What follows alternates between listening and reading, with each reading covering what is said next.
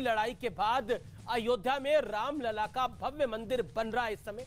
लेकिन जब ज्ञानवापी मस्जिद को लेकर भी हलचल तेज हो गई, 6 मई को ज्ञानवापी परिसर का सर्वे शुरू हुआ था। यह सर्वे 3 दिन तक चलना था, लेकिन भीड़ तंत्र के भारी हंगामे के चलते दूसरे दिन ही सर्वे को रोकना बीच में पड़ गया। सवाल है कि आखिर सर्वे से परेशानी क्या है। दुख की बात है अमीर जी के जो कुछ भी हो रहा है, थोड़ा सा समझने की ये जरूरत है कि बीजेपी और आरएसएस और हमारे हिंदुत्ववादी उसी नक्शे कदम पे चल रहे हैं। फर्क ये है, फर्क महसूस करने की जरूरत है अमीश भाई के 17वीं सेंचुरी औरंगजेब के जमाने में जो के क्रूरता का जमाना था, उस जमाने में ना कोई संविधान था और ना कोई यूनाइटेड नेशंस का ह्यूमन राइट्स चार्टर था।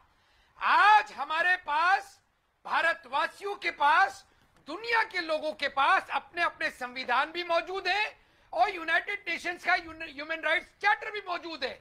इस जमाने में रिलीजियस लिबर्टी की बात करना उतना ही घातक है जितना कि एक साध्वी ने, एक तथाकथित साध्वी ने यह कह दिया था कि मेरा कैंसर गौमूत्र पीने से सही हुआ, और दूसरे दिन हमारे जे हॉस्पिटल के तमाम डॉक्टर जिन्होंने उसका कैंसर ठीक किया था, कहा कि वो झूठ बोल रही है, हमने दवाइयों से, साइंस से उसके कैंसर के ऊपर राहत दी है। बिल्कुल बिल्कुल दी होगी, कोई झूठ बोल रहा होगा।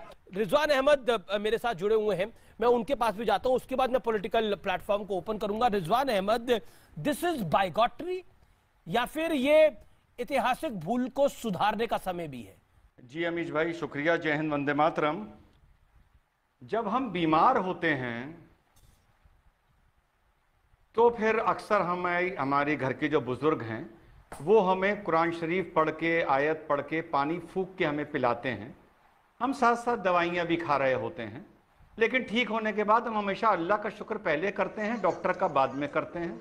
तो साध्वी ने क्या कहा, क्या नहीं कहा, उसने गौमूत्र भी साथ में पिया नहीं पिया, उस डिटेल में अतीकुर रहमान साहब ना जाएं, ये साध्वी पर डिबेट नहीं हो रहा है, पहली बात।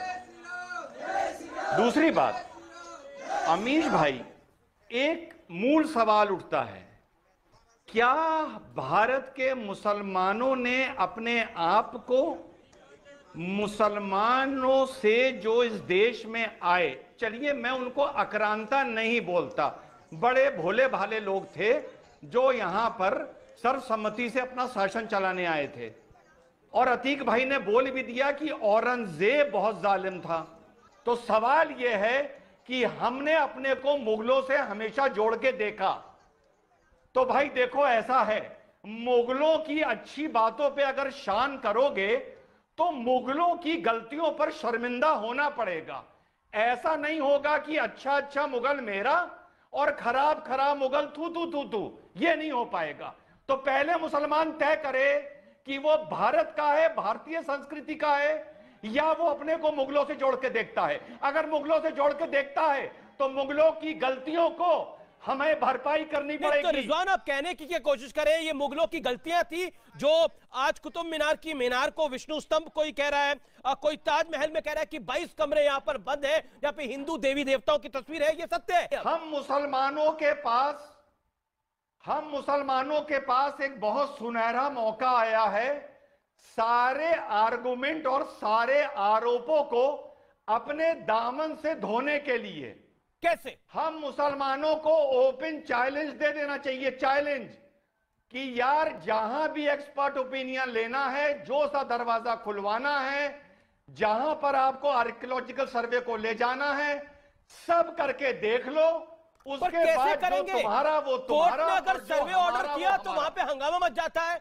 कोर्ट अगर सर्वे ऑर्डर कर रहा है ज्ञानवापी मस्जिद के अंदर, तो वहां तो हंगामा मच जाता है जुम्मे के दिन।